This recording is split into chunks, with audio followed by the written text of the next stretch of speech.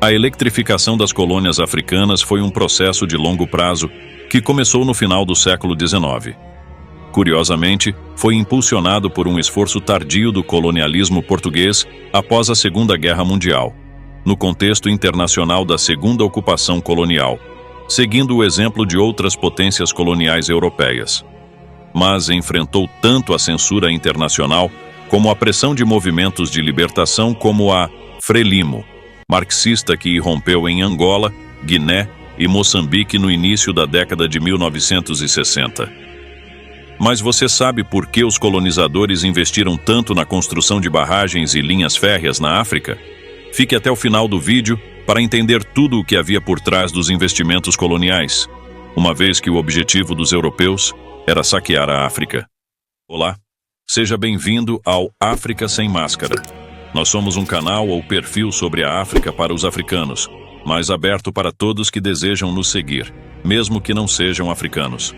Se você gosta desse tipo de conteúdo, já nos siga. Aproveite, curta o vídeo, comente e compartilhe com amigos. Caso tenha interesse em nos seguir em outras plataformas, como YouTube, Facebook, WhatsApp, e ter o nosso contato, o link está no nosso perfil. Portugal construiu instalações de produção de eletricidade em África desde o final da década de 1890 até 1976, 2 anos após a sua retirada do continente. Na verdade, a insurreição militar, 1974, que derrubou a ditadura e abriu caminho à democracia e à descolonização, não impediu a conclusão das obras em construção. A eletrificação das colônias portuguesas, Cabo Verde, Guiné-Bissau, São Tomé e Príncipe, Angola e Moçambique, começou com geradores isolados de pequena escala que abasteciam de iluminação explorações agrícolas, plantações, indústrias e municípios, promovidos por administradores coloniais e entidades privadas. Após a Segunda Guerra Mundial, o processo mudou completamente. No rescaldo da Segunda Guerra Mundial, a Europa recuperou com base no desenvolvimento dos territórios ultramarinos, ou seja, a Segunda Guerra Mundial que devastou a Europa. E os europeus viram a África como válvula de alívio. Pilharam tudo o que podiam. Não quisemos dizer que roubaram tudo de África, para os quais o Plano Marshall atribuiu fundos. Também impulsionado pela urgência de promover o progresso dos povos indígenas e pela necessidade de planear o investimento público, como implantação de fábricas perto da fonte de material-prima.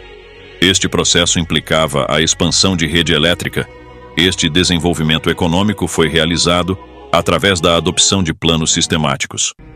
A França elaborou planos para os seus territórios ultramarinos em 1946, a Bélgica para o Congo em 1948, a Itália para a Somália em 1954 e a Grã-Bretanha para vários territórios em datas diferentes. Nestes esquemas, o desenvolvimento da hidroeletricidade em África tornou-se central. A África era vista como tendo condições excepcionais para produzir energia hidroelétrica, ou seja, água e diferença de nível, os dois ativos mais baratos para produzir eletricidade. Naquela época, a potência de produção hidroelétrica em todo o mundo, em exploração e não explorada, foi estimada em cerca de 500 milhões de quilowatts, com a maior parte destinada à África, 200 milhões de quilowatts, em comparação com 130 milhões para a Ásia, 50 milhões para a Europa e 125 milhões para as Américas.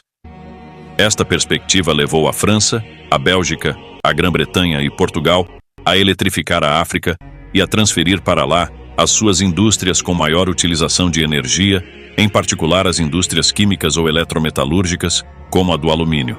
Portanto, para este caso específico, as autoridades portuguesas desenvolveram um planejamento econômico e, especialmente, estratégias de produção hidroelétrica.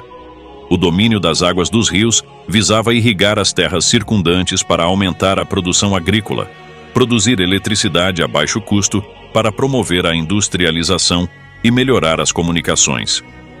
Esta ação se assentaria em uma base científica e técnica sólida, na qual os cientistas e engenheiros seriam os principais protagonistas. Gove e Cabora Bassa são bons exemplos para ilustrar a engenhosidade de um país sob censura internacional, que leva a cabo um esforço de guerra no exterior, com escassos recursos financeiros, mas engenheiros bem treinados para realizar projetos ambiciosos. O Plano Geral de Aproveitamento do Rio Cunene, 1962, previu a iminente saturação da Central da Matala e projetou a construção da barragem do Gove, 1969 a 1973, para dotar a Matala de um caudal ajustável e aumentar a sua produção até 100 gigawatts-hora. Gove teve um papel central nas negociações entre Portugal e a República da África do Sul sobre a utilização dos recursos hídricos na bacia do rio Cunene. O acordo final de 1969 levou a República da África do Sul a financiar a construção da barragem do Gove, em condições muito favoráveis para Portugal, sendo 50% do valor total a fundo perdido. A contrapartida foi o compromisso dos portugueses de não utilizarem, para irrigação, um volume superior a 50% do caudal regulado pela Albufeira do Gove. A República da África do Sul também pagou pela construção da usina hidrelétrica de Ruacaná e da barragem de Calueque. Em Moçambique, embora muito contestada a nível nacional e internacional e sofrendo ataques de guerrilha em plena guerra colonial, foi construída a barragem de Cahora Bassa. Com cerca de 164 metros de altura e um arco de 303 metros, tem capacidade de até 63 bilhões de metros cúbicos de água e pode produzir 2.075 gigawatts-hora. Os estudos que apoiaram este projeto, incluindo o impacto ambiental, foram realizados principalmente por especialistas nacionais. A construção começou em 1969 por um consórcio internacional, incluindo a República da África do Sul. Atualmente é o maior produtor de eletricidade em Moçambique, com uma capacidade de 2.000 megawatts, fornecendo 250 megawatts para o consumo nacional, 1.100 megawatts para a República da África do Sul e 400 megawatts para o Zimbábue. Desde a independência da colônia até 2006, foi gerida pela Companhia de Cahora Bassa, detida conjuntamente por Moçambique e Portugal, com uma participação de 18% e 82%, respectivamente.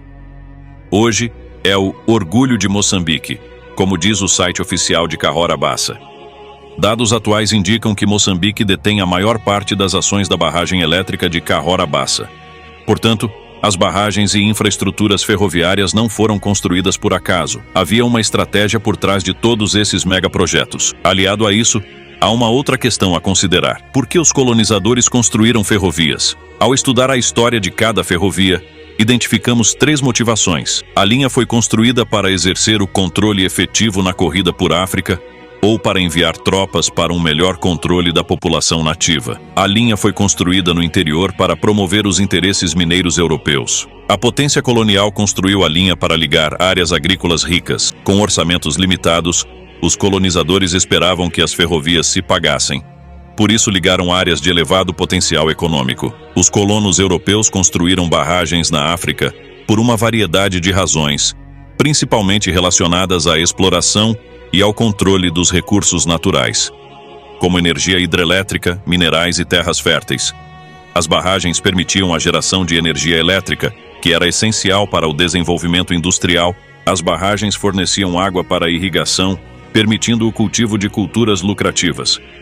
Além disso, as barragens eram usadas para controlar o fluxo de rios, facilitando o transporte de mercadorias e o acesso ao interior do continente. O controle das fontes de água era estratégico para o domínio colonial. As barragens também serviam como símbolos de poder e influência das potências coloniais.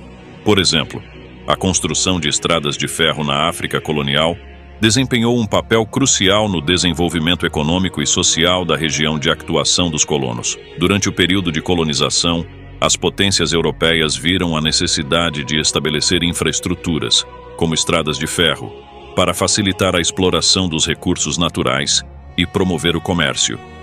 Infelizmente, muitas dessas barragens tiveram impactos negativos nas comunidades locais e no meio ambiente. Deslocamento forçado de pessoas, perda de terras agrícolas e danos aos ecossistemas foram algumas das consequências. Em resumo, as barragens construídas pelos colonos europeus na África tinham objetivos multifacetados, mas estavam intrinsecamente ligadas à exploração e ao controle dos recursos do continente. Agradecemos a sua companhia e preferência pelo nosso conteúdo. Se chegou até aqui, Siga-nos, inscreva-se, curta o vídeo e deixe sua opinião nos comentários. Até o próximo vídeo.